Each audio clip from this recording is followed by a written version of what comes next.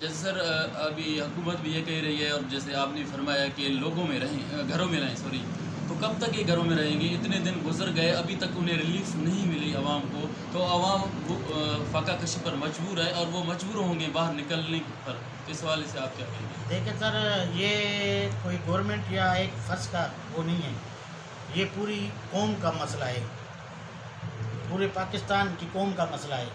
یہ جو ہے نا، اس کو جتنا بھی ہو سکے گا انشاءاللہ گورنمنٹ لگی پڑی ہے، اور اس میں جو ہے احتیاط میں یہ بڑا ہمارے جیکوباد صرافہ ایسوسی ایشن کے صدر حاجی سمیع اللہ سرو نے آزاد میڈیا سے شہر کے مسائل اور لاک ڈاؤن کا تذکرہ کرتے ہوئے کہا ہے کہ لوگ فاقہ کشی پر مجبور ہیں۔ افسوس ہے ابھی تک حکومت کی جانب سے کوئی ریلیف نہیں دی گئی، عوام میں شدید غم و غصے کا اظہار پائی جاتی ہے۔ مجھے امید ہے اپنے ایم این ایز اور ایم پی ایز اور پی ایم عمران خان صاحب پر جلد از جلد نوٹس لے کر عوام کو ریلیف فراہم کریں۔